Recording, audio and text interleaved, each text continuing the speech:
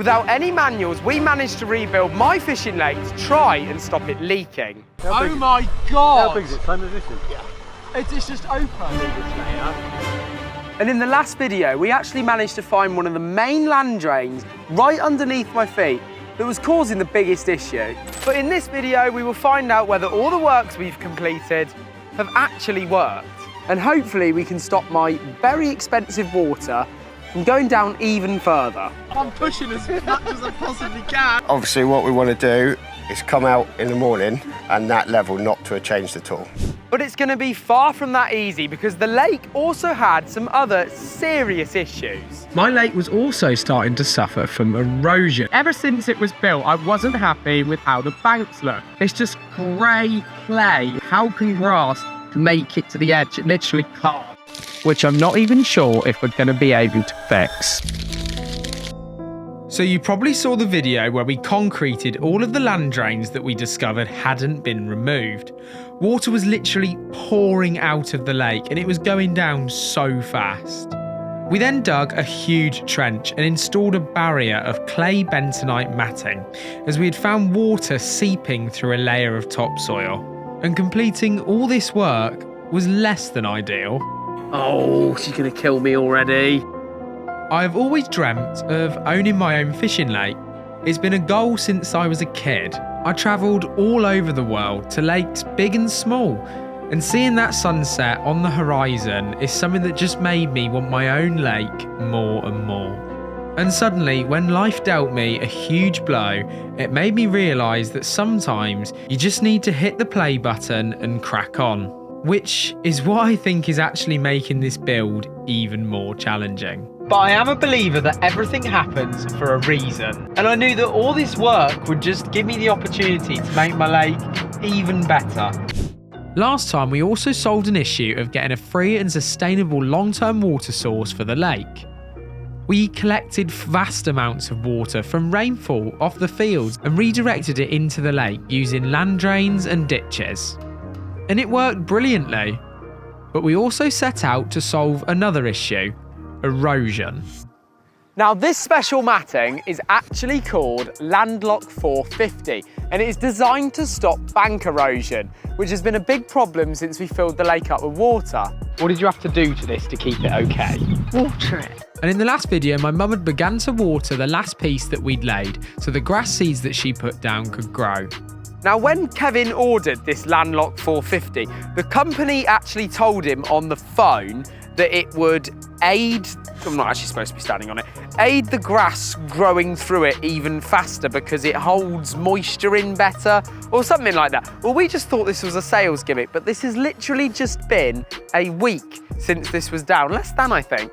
And if you come over here, you can see loads of grass already starting to easily come up and through it. Like by the end of this week, this could look completely green. And if we come over here, you can see this is an area where there's been loads of grass seed laid on this as well. There is a little bit of topsoil there. It's not even coming through yet at all. I mean, there's the odd little bit of green follicles just here and there.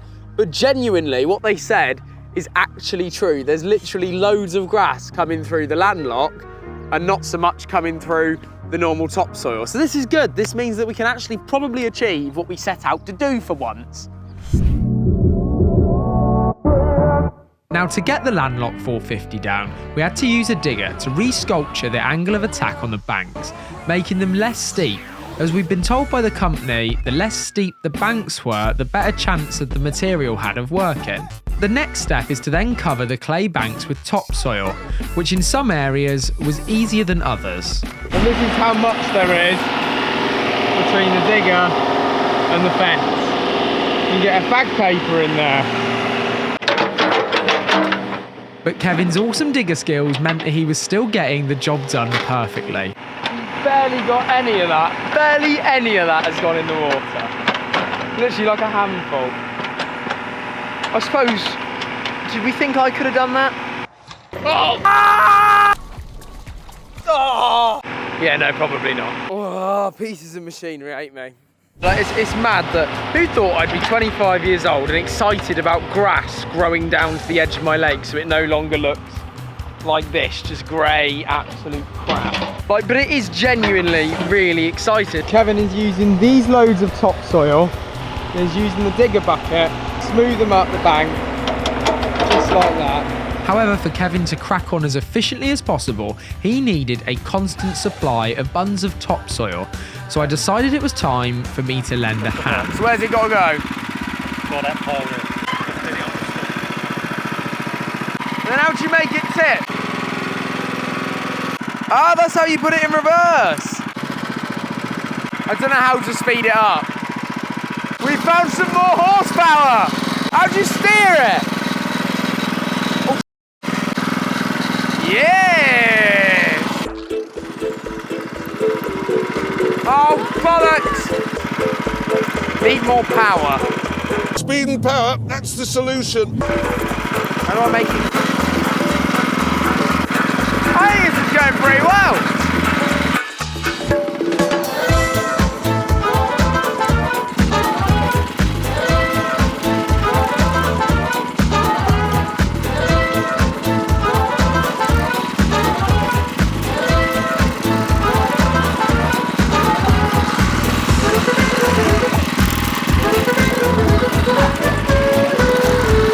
How do you switch it off?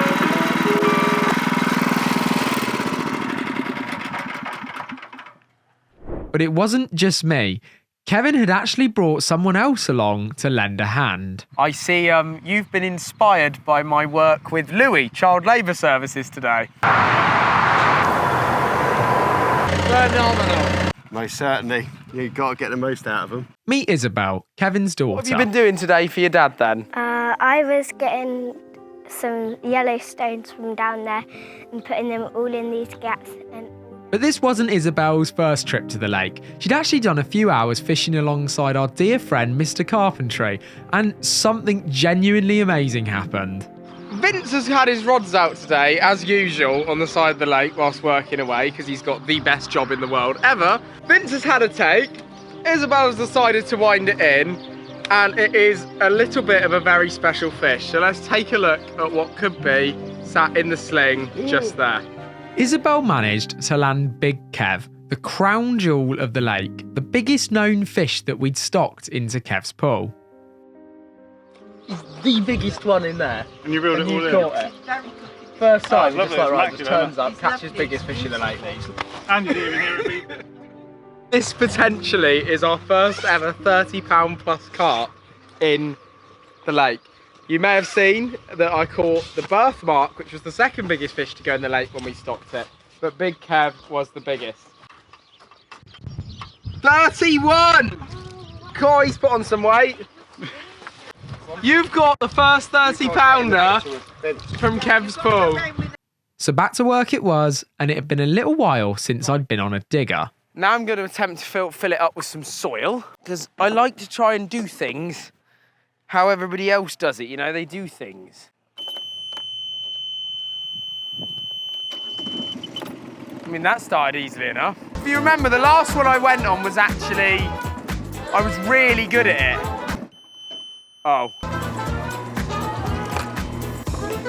Hey!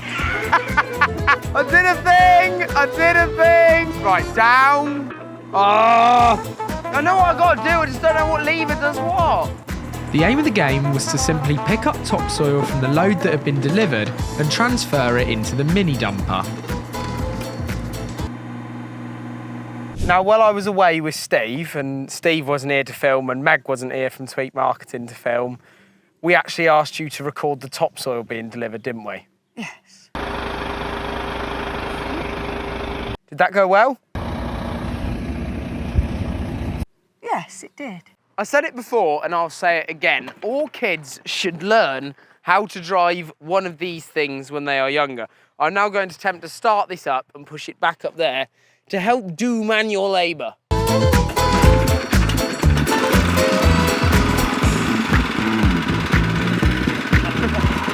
So I finally got a bucket of topsoil into the mini dumper, and it was time to take it up to the lake. Doing manual labour. I did a thing! I did at me and my Lambo doors. All this manual labour is working me up quite the appetite. This is the perfect time for me to grab a Y food. Which is why Y food is the best solution for people like us. Inside one of these bowls there's 26 vitamins and minerals. They are high in protein, high in fibre, gluten-free, lactose-free, and they even have vegan options. Not to mention the bottle is 100% recyclable, meaning it's about as green as my new banks. And you can choose between loads of different flavours too, but my personal favourite has to be Happy Banana. And with up to 500 calories packed into one of these bottles, you can make sure that you stay full up to your next meal. So if you want to start substituting your unhealthy lunchtime meals, you can grab yourself a Y food and start to feel about as fit and healthy as my fish. Put this line out. Okay. So for the rest of the afternoon, we continued to crack on, getting topsoil up to Kevin in the digger, and I was getting a bit bored, so I thought I'd try my luck. Kev, I'm quite good on a digger. Could you mind if I have a go at doing this? Well, after what I've just seen, no chance. I'll be alright, won't I? You'd make more of a mess than it already is. But by the end of the day, we had almost all of the banks around the lake completed, so it was alarm set and up early for another push in the morning. So we're at the start of a new week and we've only got Kevin for another 2 days. He's still got a whole bank to do all the way down to where the lodge is. So he's going to get his head down and start cracking on. Maybe I can throw in a hand in between. With all of the topsoil laid, it was time to roll out the special anti-bank erosion matting over the top of the topsoil and down the final bank.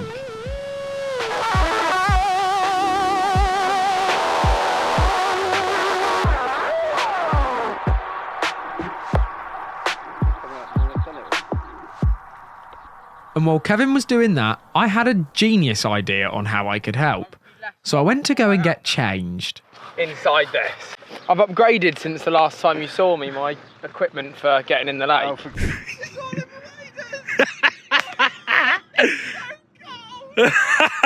He's gonna have a blue willy, Terry. Since Rob has took me diving, I'm now a professional lake diver, so I'm gonna get in my pond. There you go, you can all be happy now. I'm getting my pond. This should be a walk in the park compared to the last lake that I did. B-roll are the great people that decided to put all these pins in both directions. The thing is, the water didn't feel too bad earlier, but if you dip your toe in there and you've not been in it yet, that is actually rather cold. So the initial getting in bit's the worst, I think, of all of it. Oh, is that where you're getting in, is it? Oh, you can walk through this mud if you want. I want to rip this out. Well, that was one way of getting in. This is good because you end up... Okay, it's not too bad, but it is getting colder with the water obviously coming through the wetsuit now. My back is now freezing. Oh, it's not quite come through to me. Now it's come through to my balls. Yeah, there we go. There's loads of silt. And the bottom of the shelf actually starts... Where is it? Here. And I'm now walking up the back. So the bottom of the shelf is actually here, where my feet are, and it's, I mean, it's awful to stand in. I'm going to have to sort of dig my feet into the side to be able to do this, because first of all, I think I've got to do the pegging thing with Kevin, and then I'll do the plans. It was then time to swim over to Kevin and help him get some pegs in. Look at that. Everyone said, is this a wild swimming lake? Of course it is. I've always wanted to swim through scummy pond water. The temperature difference between where my feet are on the bottom and just under the surface of the water here is actually insane. But I'd say that just under the surface there, you put your hand there, that feels like it's about 16 degree water. It feels well warm. And then you bring your hand all the way down, even halfway down the water, it feels like it halves in temperature. Then down by my feet, you couldn't even keep your hand there that long, it's that cold. Hot air rises, hot water rises. Maybe it's where I just had a wee. That'd be the one. Right, so what are we doing here, Kev? We've got to get the rest of this matting secured in. Can't really get up. Stop all the soil moving once we water it in. So we're going, I don't know, every foot and a half at the bottom. Just making sure it's pulled tight to the left. Okay. Then we're going probably 2 foot up and a few through the middle. I think they spec'd about 5 per square metre for us, but that'd be 2,500 of these we put in. Somewhere down here. So right on that bottom layer, you've got to stick these pegs. Hang a minute. And just as a reminder, this is the anti-erosion matting. This is designed so that when the water laps in here with the wind against this bank, instead of washing away the soft material on the edge, what it does is protect the bank from doing that. So the clay stays there, then we shouldn't have any problem with leaks. But what it's also designed to do is for the grass to grow through easy, and it actually accelerates the growth of the grass too, which we didn't think was going to happen, did we? No, it's pretty incredible. But it has done it, genuinely. There's grass all over the other side that is coming through so much faster than just normally planted in topsoil. And you're convinced that what, in a month, we won't even see this? I reckon, yep. As long as we keep watering it. Kev's not using a hammer. Oh. And hands in its teeth. Ben's done one. Buggered off into the lake messing about. It's allergic to manual labour. Yeah. Ready, steady. Nothing happened. They might take the mickey, but I was genuinely actually trying. Get it over that bottom bit of string and then push it right in there then. You got it. Oh, go on, you fucker. Get in the hang of it. And just before you think we're all mad, this isn't the finished water height yet. We have been filling the lake up for around about a week now, but the finished water height is going to be somewhere around here, about 3/4 of a foot up from where it is now. So the water will be lapping against this bit here. Get this round this reed, look. Oh, so good at everything. Before this went down, Kevin went along on the topsoil that you saw laid earlier and threw all of the little grass seeds down, which is what's causing this slight white scum behind, because some of them ended up in the lake and it's just having a bit of a reaction for the minute, but it's nothing to worry about. But you can actually see along here, if I pull back some of this, you see some of those seeds down there? Just about. No. I would grab the camera, but it's probably not a good idea. While spotting that I was in the lake, Mum started to appear with lots of reeds. She had seen an opportunity for me to plant them. Because the only way to get these out is to stamp on them, because they're so hard to get out. And these have been in here another, when did we put them in? September, so they've had another 6 months in here. Crikey. This one's not too bad, actually.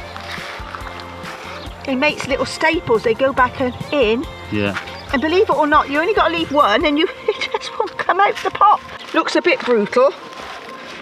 But I have to do it this way because they've been in there quite some time. Should come. Yeah, see, it comes out nicely then. This is bloody lovely. See, that's a lovely root system on the bottom. It's ready to go. See? Ah. Yeah, it's ready to go. Benedict, anytime soon, do you want a trowel or do you want a spade?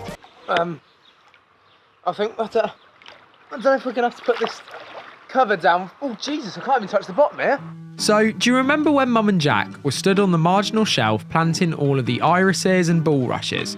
Jack was standing on a small flat marginal shelf running around the perimeter of the pond, digging holes using a trowel and his feet, moving around a foot at a time. However, there was an annoying reason why they were never able to do the corner closest to the lodge. So the reason I'm having to do this is over there, Kevin is stood on the marginal shelf. However, my old builder in this corner decided that he was in too much of a rush to put in a marginal shelf here properly. Therefore, we're having to do it manually and I'm having to be in a wetsuit because there's no shelf, digging holes as I go to put the reeds in. 'Cause this corner has looked horrific for so long. Grey, rubbish, no plants, and it's about time that I get that fixed. So as there was no shelf, I was using a small hand trowel to create a hole in the clay. Mum would then pass the reed down to me. I could then put it in the hole, building up the clay with my hands around it. Lean it against the bank a bit, turn the plant around and then it might be easier, the plant might stay. However, the clay was a bit tougher than I expected, making the task a little easier said than done. Oh, it's impossible. Because look, all the wetsuit wants me to do is that, so my hands are down. So my face is in the water. I have to take the wetsuit off and just... And although the wetsuit was good for me being in the lake, The buoyancy was starting to make my You legs can pack it constantly round want with clay, to come up can't to you? the Yeah, of course you surface. can. That's the ideal stuff. Oh, see? It just kind of loosens them up a little bit. And they usually come out quite good then. We'll see if this one does. That's it. Release. Yeah, put the weight of the plant towards the bank. No, the other way. Then the weight to keep it there more better. Some clay from down here where it's softer down by my feet. How lovely that is. Pure clay, that. Let's pack in the sides of the plant. But I did get the hang of it in the end, and even with Kevin catching me up and passing me by with the pegs.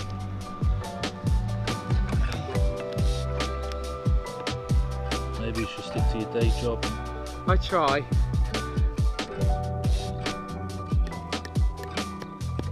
Waders, Kev. Steve, I'm putting some new waders on the bill, mate. What do you reckon? They look right to me. What? Yeah. And then what they're meant to do, I water. don't think they work very well, mate. I've made a big hole here, so a big one. It's brutal, but they won't come out unless you stamp them down, see? And then they come out nice and easy. It is a big one, this one.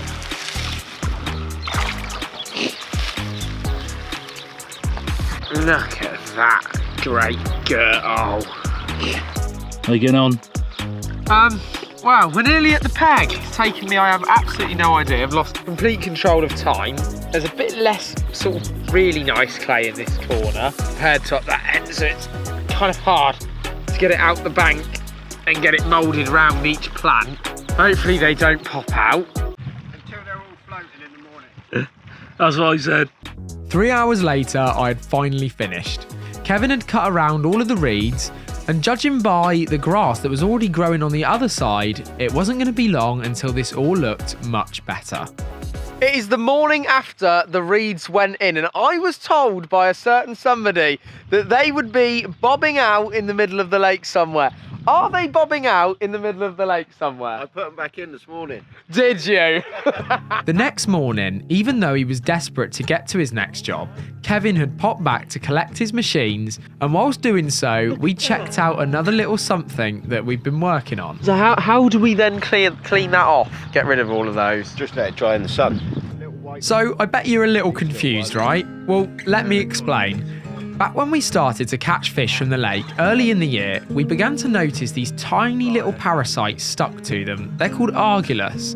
Now these can be potentially harmful to fish, and they're actually quite hard to get rid of. Not to mention, they multiply rapidly. We'd actually heard of this technique of dropping plastic tubes into the lake, and then all the new argulus eggs would then form onto the plastic. And then every week you'd simply remove the plastic pipes out of the lake, leaving them in the sun and letting all the eggs perish. And I couldn't believe it, it was working fantastically. Alongside that, you'd feed some garlic powder in with your fish food, and altogether, it's been helping loads. With all the matting now down around the edges of the lake, the water supply is going to carry on running for the next week. And we're going to be monitoring just how far we can get the water up and whether we can get it to sit below the outflow pipe. We were also due some rain, so we were waiting on that too. And here is the overflow pipe, now neatly put in the corner, if I show you. Concreted in. And there's around about 3/4 of a foot for the water to come up just before it goes over the edge of that overflow pipe. We really needed to get the water up and behind all the new reeds, as we knew it was nearly time for the fish to begin spawning, which basically means having their babies. And the more water in the lake and above the reed level, the less chance they had of injuring themselves. Over the next week, the water began to come up fantastically. Kevin kept coming back to check on the water level, and he was so happy to see it increasing. Mum had spent countless hours every night it hadn't rained watering all the banks to also make sure the grass was growing perfectly through the new landlock. I cannot believe how much better it looks. Look how much better it looks. The grass is going to be all the way down there. It was all the way back in autumn last year when I discovered that my lake was leaking. My old builder tried a quick fix, which we thought had worked, but winter then came and the rain masked the extent of the issue. After stocking the fish in the new year, I began to notice the water level dropping again. And not only that, but the more lakes that I visited, I had no idea how I was going to fix the issue, and others weren't exactly being helpful either. Oh, but Ben, anyone would do that for all the money that you're paying him. He's just taking advantage of you. Kevin then came to the rescue. Originally meeting Kevin down at Gertwings through Vince, he was only ever supposed to be here to install a patio that you'll see in an upcoming video. He managed to locate all the land drains causing the biggest issues and concrete them to stop leaking. He'd used blue dye to figure out what was happening, and he even broke many pieces of his own kit, pushing it to the limit to fix the issue. He worked evenings, weekends, and in all possible weathers, and he even called in the cavalry to make sure that we got it sorted. It was Kevin that came up with the bentonite matting solution to stop the water seeping through that topsoil layer. And then he even managed to find a solution to fix my banks and make them look just the way that I wanted them to. And not to mention, put up with me. I'm quite good on a digger. When's Ben? Do you want if I have a go at doing that? Well, after what I've just seen, no chance. Huge thank you to Kevin. No problem. You fixed the leak, you came to lay some paving slabs, we haven't even shown them properly yet, and Well, you've ended up quite finished fixing it. an entire lake's leak, stopping the banks eroding, fitting the whole bank erosion mat in, rebuilding a road, then almost destroying the road to fix the leak. Yep. Once. What else have I missed out? Land drainage through the field. Land drainage through the all field, ditches. created a brand new ditch. You were supposed to be here for how long? Probably 10 days. And how long were we here? 3.5 months. It's been a pleasure, mate. I look forward to having you No back. worries, I'll keep in touch. But for now, I just want to say thank you. Thank you for your amazing comments. Thank you for your advice. Thank you for your support, and thank you for growing the channel. I hope you've enjoyed fixing the leak on Kev's pool. And as we've just shown you, there's lots more to come. So we will see you in the next video. Cheers.